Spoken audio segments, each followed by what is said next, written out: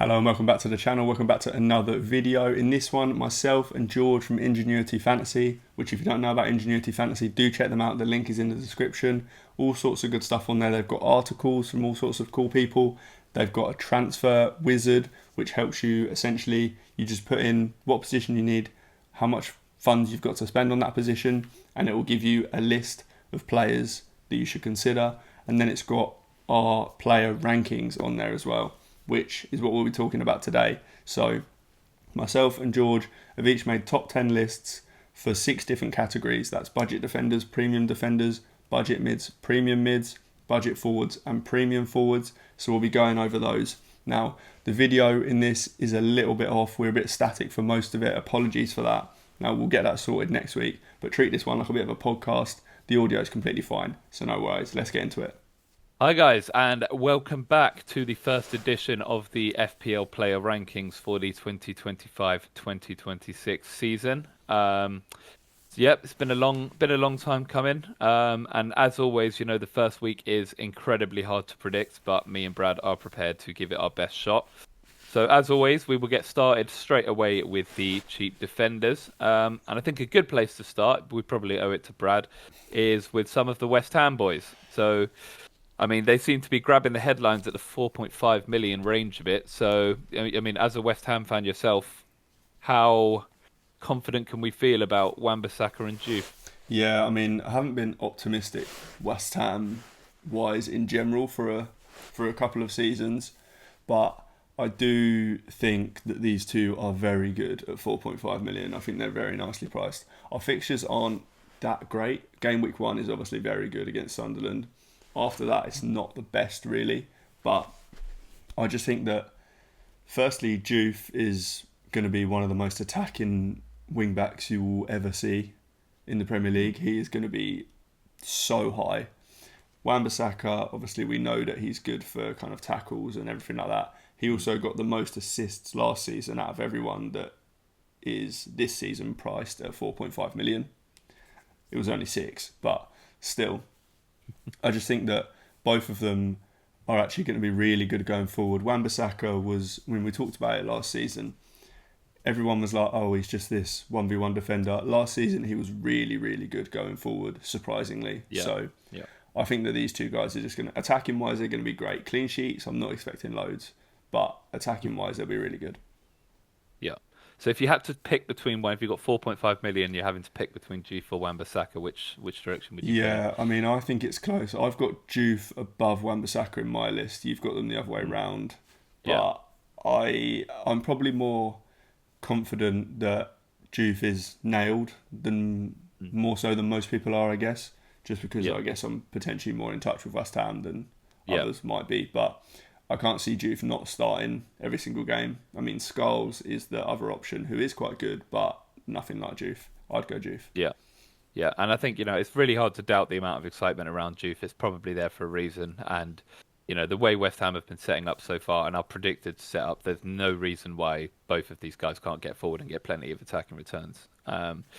Now, one theme that's going to be quite interesting here is every time we're assessing a player, we're going to be analysing, you know, it's really hard to get a pin on exactly how these defensive contribution points will sort of develop. And that's why you're going to see a lot of differences. One being Anderson from Fulham. Now, he seems to have completely divided the FPL community. You know, some people are saying, I don't know why you'd ever go for Anderson. Some people are saying Anderson's an excellent shout. As you can see, me and Brad have both landed on different sides of that fence. But for me, I just personally don't trust Fulham's defence enough. And I think, you know, clean sheets and, you know, attacking returns, you know, will always be king.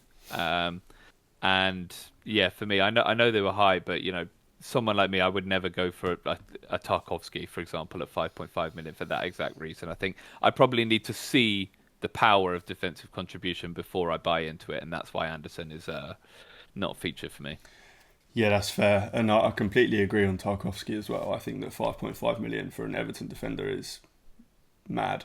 But in terms of Anderson, though, I do really like him. So I posted a graphic the other day on social media, and out of all kind of relevant players with enough minutes, Anderson was 6th for defensive contributions per 90 minutes. out of all the defenders. So I do think that he will be good for that. Like you say, we kind of need to see it in action before we can really judge what's going on there. But the one thing that I do like about Anderson is that last season, Fulham's defence really, really underperformed in that the XG conceded, they were 6th in the league, which is quite incredible for Fulham. Obviously, their actual goals conceded, they were like 12th, I think it was. If they can kind of realise those numbers, then they will be good. They will be a good defence. The problem with Anderson is, I think he'd be in a lot of teams if he had good fixtures, but his fixtures to start the season are actually pretty rough. Apart from, I think it's game week 4 and 5, he's got good fixtures. Other than that, it's really not great. Yeah, and I think, that was part of what underpinned it for me. They've got Chelsea in game week 3. They've got a much improved United team in game week 2. They've got Brighton to start the season, who aren't scrubs at all. And then, they've got sort of Brentford and Villa out the back end of that starting set of fixtures. And I think, if there was a time to go Anderson chasing, you'd probably want to wait until they're out of this gauntlet, because, the first 10 games of the season, they've then got Arsenal and Newcastle following up. So it's really hard to see Anderson staying in your team through that stretch. So, yeah, I just don't know if early on in the season is really the time to be targeting him. And then, that leads us on to who I think, is... he's been rising up my ranks even post doing this list, and that's Van de Ven. I think, he's absolutely nailed Tottenham's defence.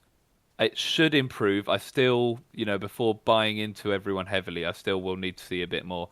But I think also the talent is just there for Van de Ven. He should be a slightly improved Spurs team. And, 4.5 million for a nailed Spurs defender. They looked all right against PSG, to be honest. I think we can... there's definitely reasons to feel encouraged about Van de Ven. Yeah, I think Frank has got them set up quite well defensively, actually. Like you say, I do think they look quite solid. Obviously, they conceded 2 late goals against PSG, but generally I thought they looked quite solid in that game. So yeah, I do like him. The one thing about him is we do need to... Well, he could get injured. He's very injury prone. Yeah. But I do think he's very good. He's got very little attacking threat, and I know I'm saying this after he's just scored a goal, but in his time at Spurs, I don't think he scored one headed goal. I think they've all been with his feet, which sounds good, but for a defender maybe isn't good. Yeah.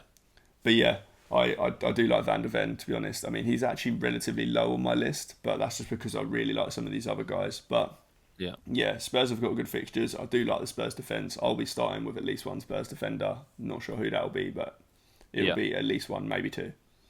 Yeah, I think that's what it boiled down to for me. They're starting the season with Burnley, then they do have that City fixture, but then they've got Bournemouth, West Ham, Brighton, Wolves and Leeds. And, the fixtures to start the season don't get better than that. So I'm exactly the same as you. I just wanted at least a piece of that Spurs defence just going into those fixtures because, it's more than reasonable to see a couple of clean sheets thrown in there for sure. And so this leads us on to perhaps the more contentious section of the defenders, and that'll be the premium defenders. Now, there seems to be the general consensus that Van Dijk is number 1, but I think depending on what you're going after, he should get good clean sheets, but there is every chance that these way more attacking defenders, your Cucureas, your Poros, your Aït-Nouris, your Frimpongs. There's so many guys who just could have explosive seasons going forward that could, easily topple him, particularly if defensive contributions aren't strong enough. So VVD's still at the top, and how solid is he for you as number 1? Yeah, for me, so I just think he's one of these, like, we'll talk about a midfielder later on who's the same, but he's got so many routes to points in that. Yeah. Liverpool kept the most clean sheets last season, so there's your first routes to points. Secondly, in the air, like corners from set pieces, he's a beast, absolute beast. But then also he, for some reason, is pretty good for defensive contributions, or was last season anyway, which you wouldn't expect from like the likes of Gabriel, Saliba, Gvardiol. Even none of those were particularly good for defensive contributions, but Van Dijk was for some reason. So I just think the reason I like him is basically that you've got so many different routes to points. Yeah. Yeah, exactly. And I think that's the crux of it. Like, that's going to be, I think, probably a theme of this season, given how the scoring's going to shake out. Targeting those teams who get clean sheets. But if they have a defender on that team who not only has good clean sheets, but also has routes to other points, then, it's very, very hard to go wrong. And that does lead us on to someone who probably, not as strong in the clean sheets or defensive contribution department, but does seem to be playing like an attacking midfielder, and that's Cucurella. Now, we've seen even pre-season and last season, we know exactly where Cucurella plays and how far forward he gets. He just looks electric going forward at the moment. Yeah, he's picking up some crazy positions, to be honest, on the pitch. Like, I've seen still images of him like in the box taking shots in that most recent friendly. I think we will see that. We saw it at times. I mean, we even mentioned it on these player rankings videos where you just see him pop up in like the number 10 role, and nobody kind of knows why he's there, but he is there. So I think we will see that again this year, and I do think 6 million's a little bit steep for him. I was expecting him to come in like 0.5 less than some of these other guys like Frimpong, like Van Dijk, like Aït-Nouri, but admittedly, I still think that he could be quite a good value at 6 million if he's getting that far forward. Yeah, I mean, I think clearly FPL have seen what the rest of the community is saying, in terms of how far forward he's getting and the positions he's occupying. I think the price tag is almost beneficial in that sense, in terms of validating just how far forward he is getting, and how dangerous he has looked. So, he's very good for, a shot on goal, but he's also like very good for an assist, so he's not just often when you see it with fullbacks, they'll be really good for an assist, but Cucurella seems to also be really good for a goal as well, which I think, is a trait that, not many fullbacks share. I mean, him and Gvardiol kind of sat alone in that sort of category. So, the fact that a goal is that much more points for a defender as well, which, we should be very encouraged by Cucurella's prospects. Now, another player who we could, especially after the PSG game, be encouraged about their prospects is Porro. Now, you've got him quite a lot higher than me. For me, like I said before, I just want to see evidence that Spurs' defence can actually hold up a bit. But, I mean, following the PSG result, there is no reason he won't be climbing my list, to be honest. I mean, he seems on, he's on set pieces. They have fantastic fixtures. So, yeah, I think they're probably just a bit scorned by Porro because, I did hang on to him for quite long last season. And he ended up, well, I mean, Tottenham in general just ended up, bailing me. So I think I just need that bit more physical convincing to invest 5.5 million. But I think, given the fact he's 0.5 million cheaper than Cucurella, I think he's definitely an excellent shout. Yeah, I mean, a lot of us did start with Porro at the beginning of last season, and he was pretty useless for that stretch. But and I completely agree that it's tough to change the mindset of the Spurs defence from last year, which was quite terrible. But I just think that, and it's not even the thing that like, it's not like they've got Mourinho coming in, they've got Thomas Frank coming in, who also, Brentford weren't great defensively last season either. So it's not like he's bringing this defensive philosophy, albeit they did seem much better set up against PSG defensively. I do think they'll be better defensively, but also, like you say, he's on set pieces. He got an assist from a set piece against PSG. Beautiful delivery as well. But also, just where he plays so high. I think in the average position map from last night, he was almost like the fourth highest player in the team. He's just the positions he takes up, and the fixtures mean that for me, he's just a fantastic option at 5.5. Yeah. And I think that's exactly what it is for me. Van der Ven, I was a lot more encouraged about targeting those fixtures with, because 4.5 million is an absolute bargain for those fixtures. Just, obviously Porro being 5.5 million does come with that slight bit of risk. You're investing the extra 1 million that, you could be spending elsewhere. But yeah, I mean, basically the crux of, when we're speaking about Spurs is that their fixtures to start the season, you will not have to touch a Spurs player in your team for about 10 weeks to start the season. Like, that's how good their fixtures are. So honestly, make sure you probably have at least one, or if there is any team that you're probably going to double up on their defence, there's no reason it can't be Spurs, Yeah. just because of those fixtures. So yeah, don't overthink that pick. Now, another two picks which people seem quite excited for. I think it's more on the casual side. I think the more engaged manager is slightly more switched on to eight Nuri and these sort of eight Nuri risks. Now, anyone who's played FPL before understands, pet roulette is also is a thing. But do you think we can expect to see eight Nuri occupying a similar sort of role that he did at Wolves as we can at City, and therefore justify that 6 million price tag, or do you think Pep probably quells him a bit in that sense? I think he'll be very attacking. I mean, he'll be playing as, I guess, a left back rather than a left wing back technically, although I would expect that he'll be playing very high. And I actually think in the first couple of weeks we can probably trust his minutes. I do think he'll start the first couple of games. It's just long term that you could be in for trouble, I think. Yeah. If you're planning like maybe an early wild card or something like that, then I quite like starting with 8 Nuri. I just wouldn't feel that comfortable if he was in my team long term, knowing that I'd have to be looking out for the City lineup every week and checking if he's in there. Yeah, and I think that's part of it. Although you can definitely see him starting against the slightly worse teams, but when they come up against an Arsenal, when they come up against a Liverpool, and they've got Arsenal at the end of the 5 game week stretch. It's really hard to, there is definitely a world where he just sticks Gvardiol out at left back, and then they play a much more compact unit and a much more defensively solid unit, in order to, just keep things tighter at the back. And because that is the thing with Aït-Nouri, he will get forward, but naturally with getting forward, you do leave yourself more exposed at the back. So I think against the slightly lesser teams, we can feel more confident about a start. But when he does play those big teams, I think you will have to, as you say, you will have to be checking the City lineup, because there's every chance he sticks Gvardiol out there instead and shores it up defensively. So yeah, like you said, if you're on wild card early, then yeah, it's not a bad shout. But I think that Arsenal fixture in game week 5, and then there are that Liverpool fixture just round the corner after 10. I think you do have to be slightly careful with the way you set up there. And then another, really attacking fullback who may be subject to a bit of rotation as well is Frimpong, and I think him and Aït-Nouri fall into a fairly similar boat in terms of that sort of assessment. Do you see? It's really tough to say without being inside the know for Liverpool, but do you see Frimpong being safer for minutes than an Aït-Nouri?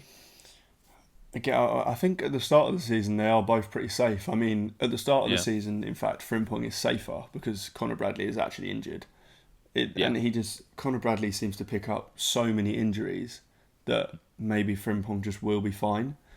Not only that, I mean, Slot did say the other day about how when they were considering buying Frimpong, they went for him because they know he can play right wing when Salah's at African Cup of Nations.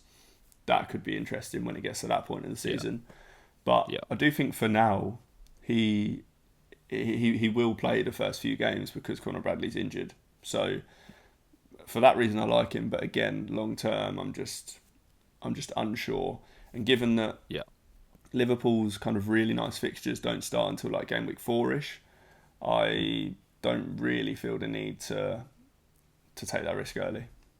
Yeah, and I completely agree. There's no rush on that. But once it does touch game week 4 and they have Burnley, Everton, Palace, that's a great fixture sort of period to target. And then so that leads us now onto the Forest boys. Now this has been another huge area for debate amongst the FPL community. Because I think some people are really hot on Murillo, Milenkovic. A lot of people are really hot on Nico Williams. How do you sort of divide up the three? So if you had to pick between Murillo and Milenkovic, what direction would you lead there? So yeah, I'm quite big on this. I would definitely side with Murillo on the two of those centre backs. Now I know that Milenkovic has a bit more attacking threat, and yeah, he does. So I get that, but out of all the defenders last year, Murillo got the most bonus points in the whole league. So when Forest keep a clean sheet, there's such a big chance of him getting 3 bonus points or 2 bonus points or something like that. he's also way better for defensive contributions. On that graphic I mentioned earlier, where I looked at per 90 for defensive contributions, he's top out of all defenders, above Tarkowski even. So I just think that those two routes to points will be quite common for Forest this season, whereas attacking returns are great from a defender because then you do get a massive haul, but they're few and far between. Yeah, and I think, it's safe to assume that the two are fairly related. These defensive contributions, that's, clearances, tackles, interceptions. These are the things that, you watch with your eyes and go, oh, that player's having a great game. If someone's occupying great spaces or shutting down passing lanes or things like this, those types of things aren't the things that resonate with your eye when you're dishing out these bonus points and man of the match awards, Whereas, these big tackles, these interceptions, these aerial duels, these sorts of things, when you watch it happen, you're like, okay, right, then, that's where the bonus points come from. So I think they are, especially in Murillo's case, definitely intertwined there. I think defensive contributions, you'll see as a theme, will generally benefit these low block teams a lot more because they'll be the ones putting bodies on the line. They'll be the ones making these blocks, making these clearances, as opposed to, these high line teams like Arsenal, for example, where, Saliba and Gabriel are both rapid enough to make those recoveries that they can actually sit that high and generally, just force other teams to give the ball away before having to make any of these blocks. So I think Forest playing a low block is, sensational for defensive contribution points, not least given their capacity for clean sheets as well. So where does that land you on someone like a Nico Williams who, the clean sheets might be there for him, but not, as involved, let's say, in, making big tackles and blocks like Murillo is, but, does have the attacking output. Yeah, I remember last season you were one of the first Nico Williams kind of shouters almost. But yeah, banging that drum. Yeah, he's good. I mean, I've actually got him in my current team just because I don't have the extra 0.5 million to get up to a Murillo. I do think he's good. The only problem with him is that they're looking for another left back. We've seen them linked with Simicast. We've seen them linked with somebody else, Leif Davis from Ipswich. If they do end up getting one of these, then it does make him clearly not as good an option because they also have Europe this year. So we could see some rotation pretty early. I think European fixtures start quite early on in the season as well. So we could quite quickly see some rotation. Whether they just play their best team in the league or not, who knows? But I think he's more susceptible to rotation than the two centre-backs are. Yeah, and I think it's that's completely valid in that sense. I think one thing to be encouraged about him is, we know he will get forward, and if Forest set up pretty similarly, we know the clean sheets will be there. Yeah, but as you say, if they don't sign a left back by the time the window ends, then I think we can feel a lot more confident about popping Nico Williams in the team. I mean, a lot of people have already because they're fairly confident about that anyway. But it's definitely one to keep an eye on if you are a bit more cautious around it. So yeah, that concludes the Defenders segment. Let us know what you think of our lists. Let us know if there's anyone we missed, and we will see you again for the midfielders. Hi guys, welcome back to the midfielder segment. We will get started straight away with the cheap midfielders. And one place to start, I mean, a player that I am obsessed with and was obsessed with before the Community Shield, I might add, and that is Ismail Assar. He carried in from last season. He's coming in with an XGA of 0.6, which for 6.5 billion is just great value. He was, anyone who did watch the Community Shield, he was in and around the box, taking on shots, winning a penalty, scoring goals. He was in and amongst the action. And I think, even though there's speculation about where Eze's going to go, I think whatever Eze does probably isn't that bad for Sarr. If Eze stays, then, they're still that attacking force, and he's still going to be in and around the action. And if Eze goes, then, that's an even larger slice of goal involvement potentially available for him. So I think there's lots of reasons to be encouraged about Sarr. He looks very, very attacking. And yeah, I'd say at 6.5 million, he's my favourite at that bracket for sure. Yeah, I mean, I agree. I don't think that Eze staying, Eze going, I don't think it makes a difference to Sarr particularly. Yeah. I think he's still great. I think the Palace attack is just really good. The only problem is the fixtures aren't that great. I mean, Chelsea away, Forest at home, Villa away. 2 nice fixtures after that, but then it's Liverpool. Fixtures just aren't great, but we do know that we can kind of depend on Sarr. We know what we're going to get from him. He's not really an unknown like some of these other cheap guys are.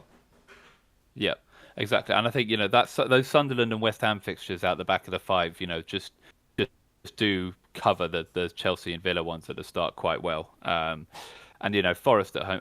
I think, as you say, if you isolate Palace's attack and you look at Sarr, Mateta, and Eze, that's the Europa Cup level attack in the Premier League. That's better than about 2/3 of the Premier League's attacks quite comfortably. So I just think attacking wise, there's so much firepower there that we can feel encouraged about getting a slice of it.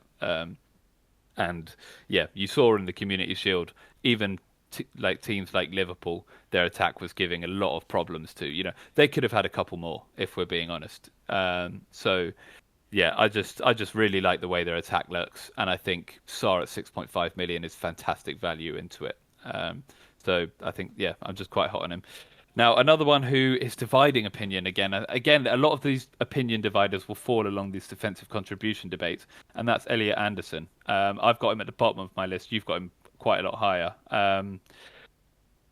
So I'm assuming this is mainly based. I mean, he does chip in with the occasional, goal contribution, but I'm assuming this is mainly the foundations for this are mainly rooted in defensive contributions. Yeah, I think he's just, again, a really safe pick at that value. Yeah. I mean, 5.5 million is cheap. I mean, you see a lot of these other guys who did well in defensive contributions like last year, like Caicedo, 6.5 million, I think. But like for some reason, he's 5.5 Caicedo. Yeah, it's even better value. Yeah, in which case, there's some other guys that are a bit more expensive when I wouldn't expect them to be, like Bruno Guimaraes, for example. He's a bit more expensive, and I just think that at 5.5 million, Anderson is pretty good value, given that he will get a lot of defensive contributions. He even got a fair amount of goal involvements last year. I think he got about 6 or 8 goal involvements. So it's not like he has nothing going forward. But it is mainly the defensive contributions, and the fixtures are really good for Forest. I think Forest, along with a team like Aston Villa, probably have the best fixtures to start the season. Yep, I agree. I think it's Forest, Spurs, and Aston Villa who you can feel most encouraged about their fixtures to start the season. I think also Chelsea have quite good fixtures to start the season. Palace, West Ham, Fulham, Brentford, United. That's a pretty decent start to the season. So I think, those are, if you're thinking about targeting teams, then those are definitely the way to go. So Anderson, I definitely like his fixtures for sure. I'm just, again, it's one of those just wanting to see how this defensive contribution stuff shakes out a bit. The seasons we have seen from people who did have good defensive contributions, so much can change within a team that, we won't even see until, we see the points not come through. So there's just a little bit of risk there. But yeah, as you say, because he does have, the potential attacking output, there is actually quite a nice floor there. Now, someone else who profiles similarly, but I don't know how strongly his defensive contributions will shake out, and that's Reinders. So he does get forward. That is one thing we do know. He will get in amongst the goals. 5.5 million is good value. He should be nailed as well, in theory. So, well, not nailed, but he should be. He looks like he's going to play that Gundogan role. Where do you land on Reinders? He seems to be a bit of an enigma at the moment. Yeah, I think a lot of people are having to decide between Anderson and Reinders, and they are pretty much the opposite ends of the scale in that Anderson will get good minutes, not great going forward, but defensive contributions, whereas Reinders is more who knows on the minutes, not great for defensive contributions, but he could go and score 2 goals in a game or in 45 minutes like we saw the other day. I don't trust his minutes, even with Rodri out, because I think that there is a world where they could.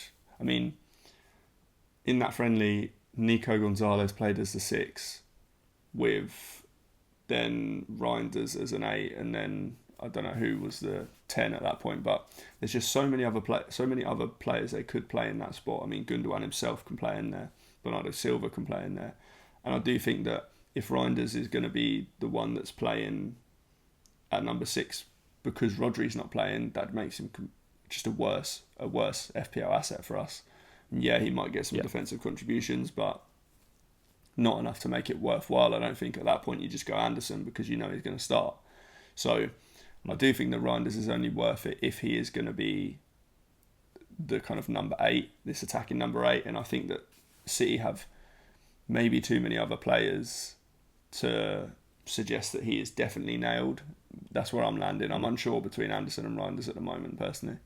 Yeah, I'm very fair. I think that's probably the assessment and debate that a lot of people are going through as well. And so, that leads us on to someone who is, quite attacking, and that is Ndai. I think a lot of people are concerned about what the Grealish transfer means for Ndai. I personally can't see a reason why Ndai wouldn't start, given Grealish is there. I mean, Ndai, he scored 9 goals last season. He looked electric. Weirdly, absolutely nothing in the assist department, which... so Ndai last season had an XGA of 0.33, which, you look at it on face value and you're like, that's not great compared to some of the other people on this list. Now, that 0.33 was all goals. There was a 0.01 for expected assists. So his 0.3 XG was actually way higher as just goals go than other people on this list. So clearly the man his goal scoring threat is absolutely there.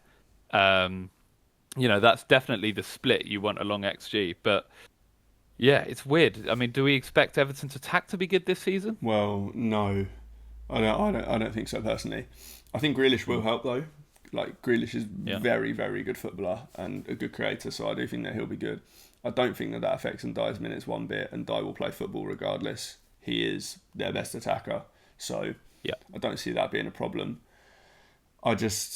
He's on penalties, which is obviously a fantastic thing, and for 6.5 million midfielder on penalties, that is very good. So I do like him. I just think that Everton are rubbish, which is more I think the Everton attack will be one of the worst in the league this season, to be honest. Yeah. So I just don't particularly like picking a player that I know plays for a terrible team going forward, and like, I don't know. I'm just not. Unless it's better. Well, yeah, and that did work out well for me. But I think Ndai is good. He's a safe pick because he's got penalties, because he'll play minutes.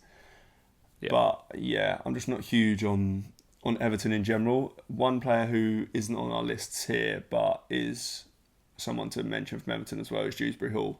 He's at 5 million, and that is, if you've only got 5 million to spend on a midfielder, then he is a bargain. He is a good pick. Because, yes, Grealish is coming in to potentially play in the number 10, but Dewsbury Hall was really good in the friendly the other day, and he will also play minutes. Yeah, for sure. And then another 6.5 million sort of enigma is Kudus. Now, there is no doubting the talent of Kudus. We know he's a brilliant footballer, but how well that's translated into production, into goals and assists, has kind of been his downfall so far. Now, with Son leaving, with Maddison being out for the season, don't know if it's a full season, but an extended amount of time, I think it's safe to assume that Kudus is going to get fairly good minutes over at Spurs. With Thomas Frank managing him, and we've seen how much wingers can produce under a Thomas Frank system. Do we expect Kudus to, finally fulfill that potential from a production standpoint? I think he will now. I think he's going to be Thomas Frank's Mbeumo, basically. Obviously, really? Not on penalties, of course.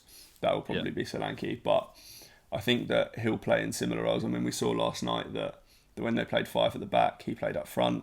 So similar to Mbeumo, but when they're playing 4 at the back, he'll play as a right-sided winger. I think positional-wise, we'll see very similar from Kudus as to what we saw from Mbeumo last season.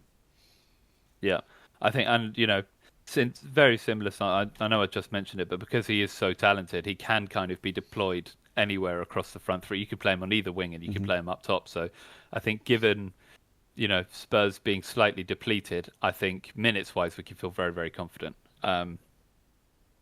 So that leads us on to the premiums. Now, one player that me and Brad both absolutely love is Bruno Fernandes. I think off the ball as well. I mean, we know what he can do on the ball. We know he's brilliant on the ball, but off the ball, his defensive contribution potential really is there. He works incredibly hard off the ball. He makes tackles, he makes interceptions. But this year, I mean, rather than passing to Højlund, Xerxes, and Rashford, he now has Mbuemo, Cunha, and Šeško. So, in theory, United's attack should have a lot more firepower. Yeah, I mean, this is who I was talking about earlier when I was talking about Van Dijk and saying that he's just got so many routes to points in that he's on penalties, he'll play 90 minutes, defensive contributions he's good for. We saw he hit it in the friendly the other day. He is great for just attacking threat in general. I also think that, yes, he might be playing a bit deeper this season because the front three will be the three players you mentioned, most likely. But I can still see Fernandes getting forward quite a lot, even in that system. So, for me, he's just great. For 9 million as well, I think he was 8.5 last season, maybe. So he's had actually a price increase, but I still think he's well worth 9 million. Yeah, and I think the reason we can be encouraged is, the improvement in front line isn't just in theory. Cunha and Mbuemo, unlike some of their signings in the past, are both proven high production players.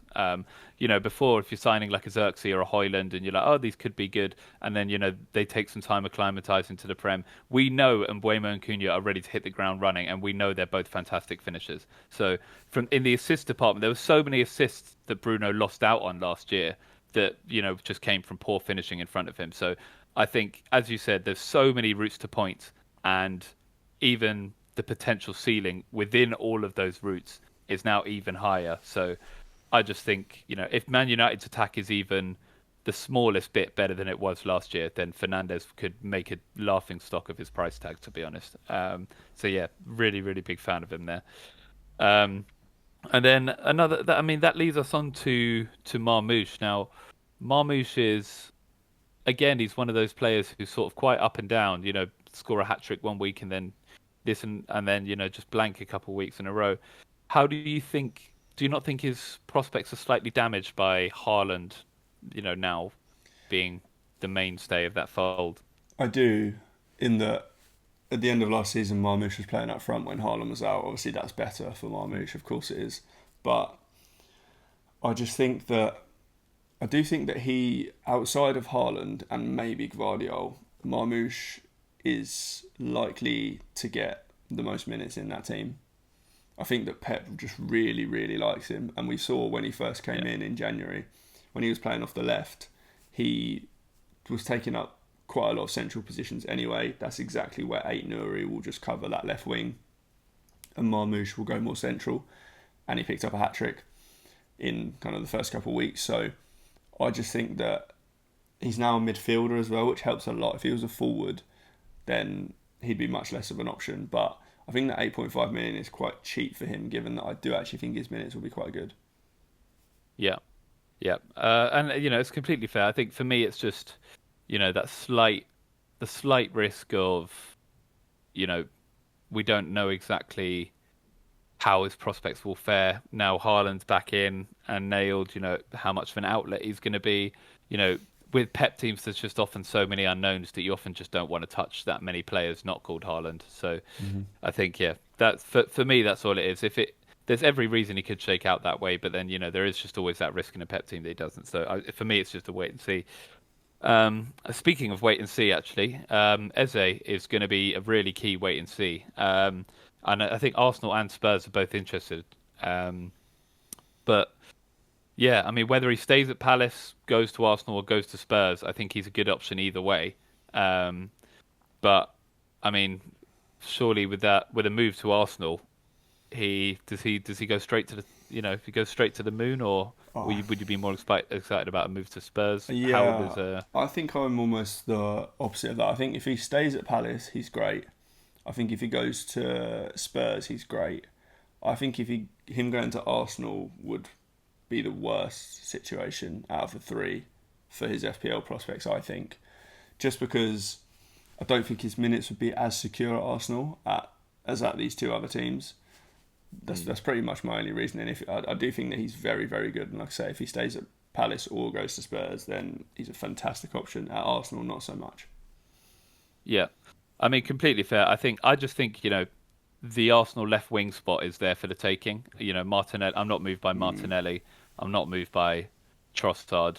I think there's no reason he can make that his own. Yeah, fair. But I also, at the same time, I don't think that Eze's a left winger, really.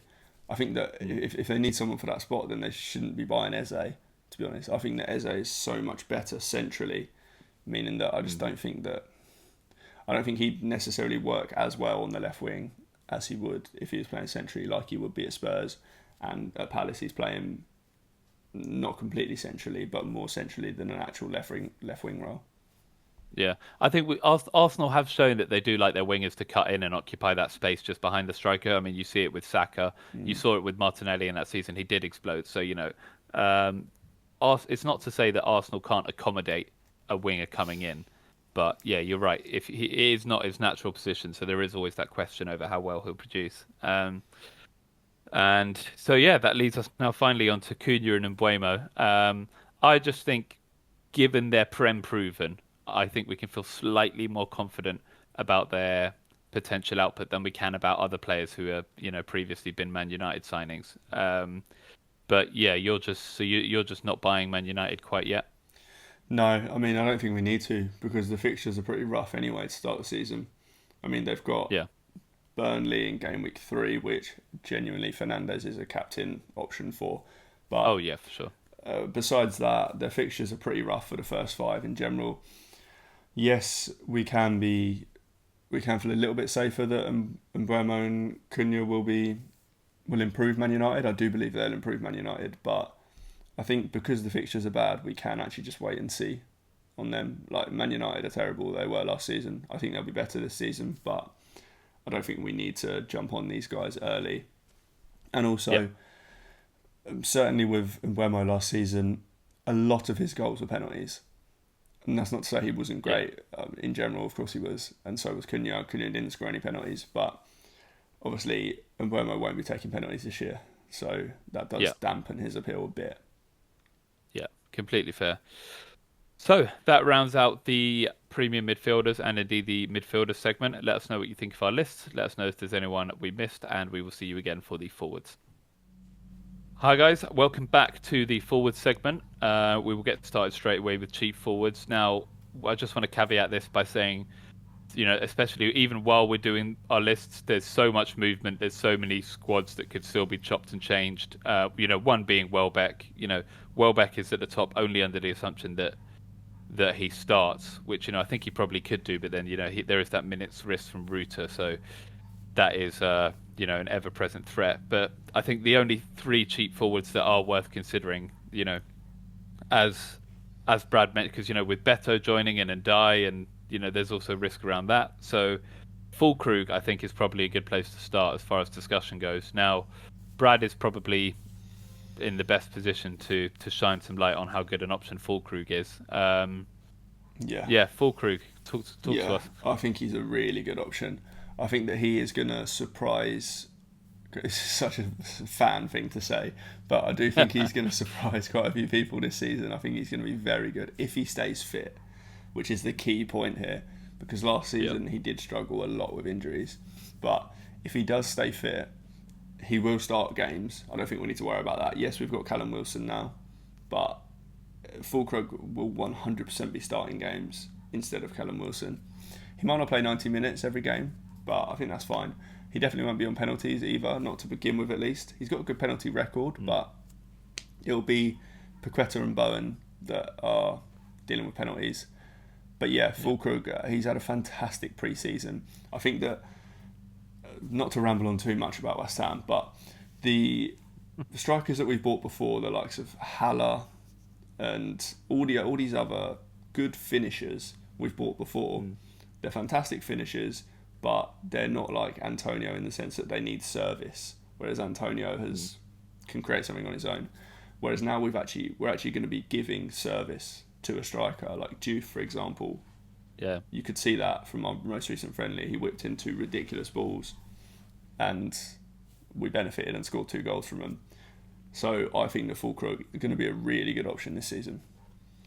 Yeah, and I think there's not much to dislike. I mean, take it from a Newcastle fan, you do not have to worry about Callum Wilson starting more than one game in a row. So there is that job is Fulkrug's. Callum Wilson might be too injured to back him up, to be honest. So just from sheer lack of competition, I think we feel very confident about Fulkrug nailing that down. And then so Thiago's an interesting one because I mean there's quite the void now at Brentford because it doesn't look like Wissa will be playing there next season. So there's going to be, between Wissa and Mbeumo, there's a huge amount of goals that need to be filled from somewhere. Now, I also don't mind Sharda, and I think Sharda will get a significant portion of that. But it looks like, under Keith Andrews, Brentford are going to set up in a very similar way that they did to Thomas Frank, given that he was also an internal hire. So I think we can feel quite confident about Brentford occupying that same philosophy, which, should end up in plenty of goals. And if Thiago happens to be the one spearheading that attack, then he could be a great option, especially at his price tag. Yeah, they've lost a lot of players in Brentford. I mean, they've lost their goalkeeper, they've lost their manager, they've lost Norgard, they've lost Mbeumo, they're potentially losing Wissa. And this Thiago pick does kind of rest on what happens in the transfer window, in that if Wissa stays, which doesn't look that likely, then Thiago is much worse of an option. If Brentford sell Wissa and then sign another striker, that again makes him a worse option. There's a lot of movement to still go on at Brentford. But if they sell Wissa and don't sign another kind of top striker, then I think he's a really good option. I do think that he will probably be on penalties, which is the reason I think he's a good option. If he wasn't on penalties, he'd be lower down this list for sure. We don't know that, of course, but yeah. At 6 million, I just think there's a lack of other good budget forwards as well, which does help, but I think he is quite a viable option. Yeah, no, for sure. Like you said, there's just so many moving parts, but it's one to keep your eye on because the ceiling, within a Brentford attack, spearheading it, can be quite high if they play even half as attacking as they did.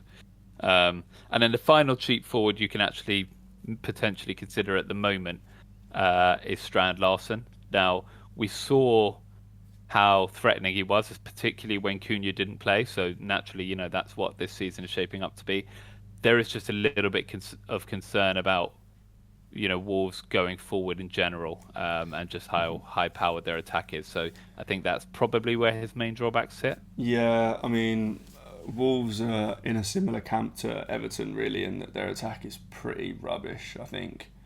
I mean, again, I guess you'd expect that from a budget forward, that they're playing for not a great attack. But yeah, I don't really like the Wolves attack much. The only thing going for him is he'll have great minutes. He scored 14 goals last season, which I was surprised by when I saw. But also, I think there's quite a good chance he's on penalties. Not that Wolves actually got any penalties last season, but they might this year. Yeah, so surely it can't happen 2 years in a row. They should regress to the mean a bit.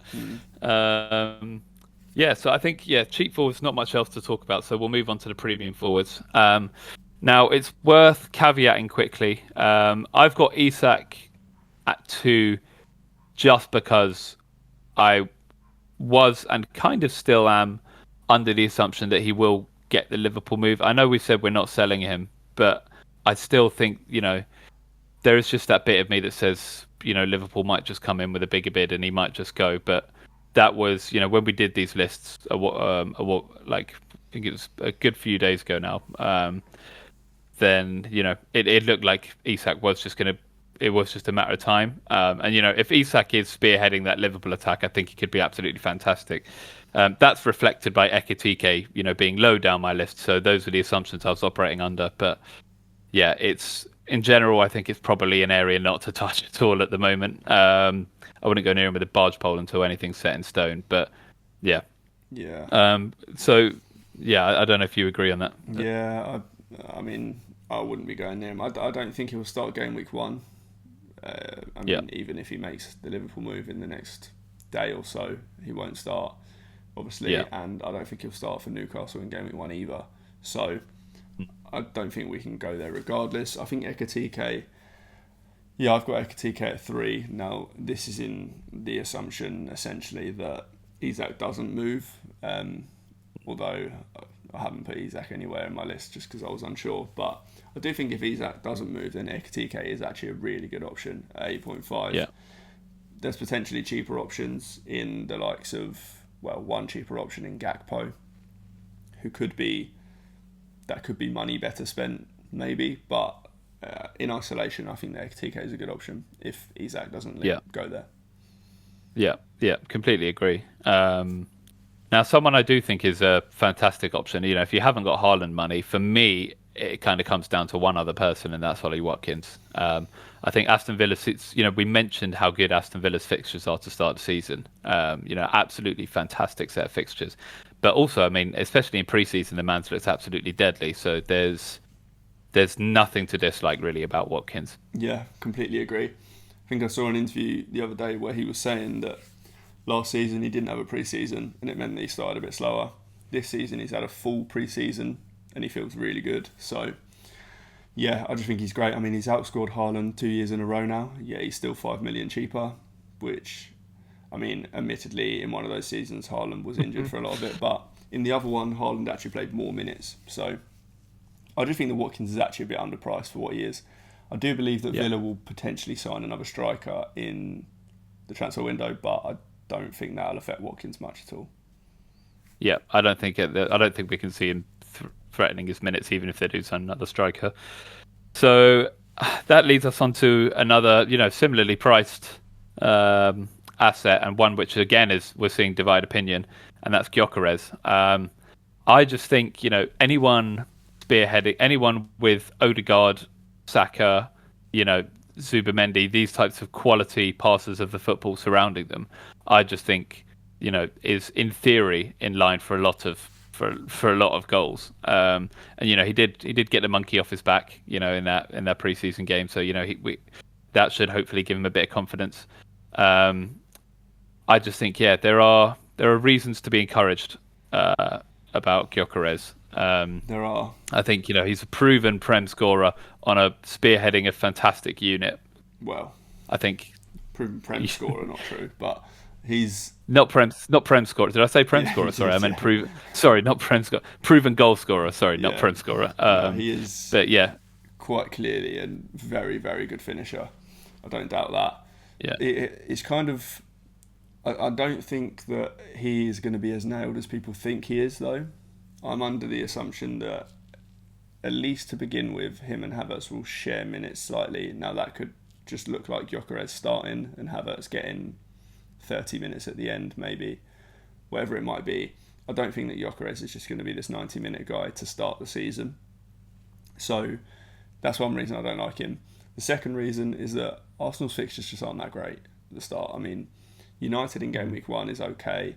Leeds in Game Week 2 is fantastic, obviously. But then after that, it's Liverpool, Forest, City, Newcastle. I just think we can wait a little bit on these Arsenal guys more than anything. I just think from Game Week 7 onwards, their fixtures are great. So, and also we'll have a little bit more information at that point. Arteta kind of alluded to the fact that he may be on penalties, but we don't really know that yet. Hopefully they get a penalty in the first 6 weeks, so then we kind of have more of an idea there where we can judge his value a bit better. I just think we can wait, essentially. Yeah, and that's completely valid. I think personally, I'm less worried about Havertz eating into his minutes. I think Arsenal, if there's one thing that we've seen from Arsenal for the last couple of years, it's that they've been absolutely crying out for a number 9. A proven goal. So I think that's the main problem, was that Havertz wasn't that. So now they have that. I don't think it would make sense to then rotate Havertz back into a role like that, where that was clearly such a glaring issue for them. So I'm a bit more confident about his minutes than you are, I think. But yeah, as you said, the fixtures are definitely a slight concern. So there is every reason to wait until Game Week 7 and see how it shakes out. Now another one who is as you said before, you think he might be a minutes risk, but a lot of people I think he's the third most owned player in FPL. I could be wrong, but that's João Pedro. In theory, if he starts up top for Chelsea, 7.5 million, I've said it before with other players, he can make an absolute joke of that price tag. But you're just less sure about his minutes. Well, I think he will start up top. I think he's actually the second most owned player now. I think he went above Salah. Really? Yeah. Blimey. So I think he will start up top for Chelsea in almost every game, to be honest. So it's not a lack of starts that I'm worried about. It's that I just think he'll come off in the 65th minute every single game, because it's not like they've got some bit part striker on the bench. They've got Liam Delap, Jackson at the moment. At the moment, yeah. Yeah. Delap came on the other day and scored 2 goals. Like, Delap is a very, very, very good striker. I don't think that he'll just be happy getting 10 minutes a game. I don't think he will just get 10 minutes a game. I think he will genuinely get reasonable minutes, which is the only reason I don't like João Pedro, because if he was nailed on for 90 minutes, then yeah, I completely agree. He's a fantastic option. Chelsea, I think, will be very good this season, and João Pedro has looked unbelievable since he's come in for Chelsea, and they've got good fixtures. So I don't really think he's a bad pick at all. I'm just less convinced on his minutes than maybe some others are. Yeah, I think I'm a little bit, there is reason to be concerned about his minutes at the 9, but what João Pedro does have compared to other 9s is he's not just an out-and-out striker. He can fill in, in that 10 role, if they want to move Palmer around, or, if Palmer gets injured or whatever, you could even play him like as one of a potentially like in second striker, inverted winger, depending on how you want to set up. His versatility, I think, gives him multiple routes into different minutes. So I think even though we'll see Delap get some minutes there's no reason him and Delap can't be on the pitch at the same time. So I think, there is definitely a little bit of potential upside in terms of, if Delap is rotated in, he can remain on the pitch. But yeah, as you say, there is definitely that minutes threat. So yeah, that concludes the striker segment and indeed the video. Let us know what you think of our lists. Let us know if there's anyone we missed, and we will see you again next week. And that is all for this one. Like I said earlier, make sure you do check out Ingenuity Fantasy. The link is in the description, and we'll sort out the video issues by next week, I promise. Anyway, if you did like it, do hit like, do subscribe, and I'll see you in the next one.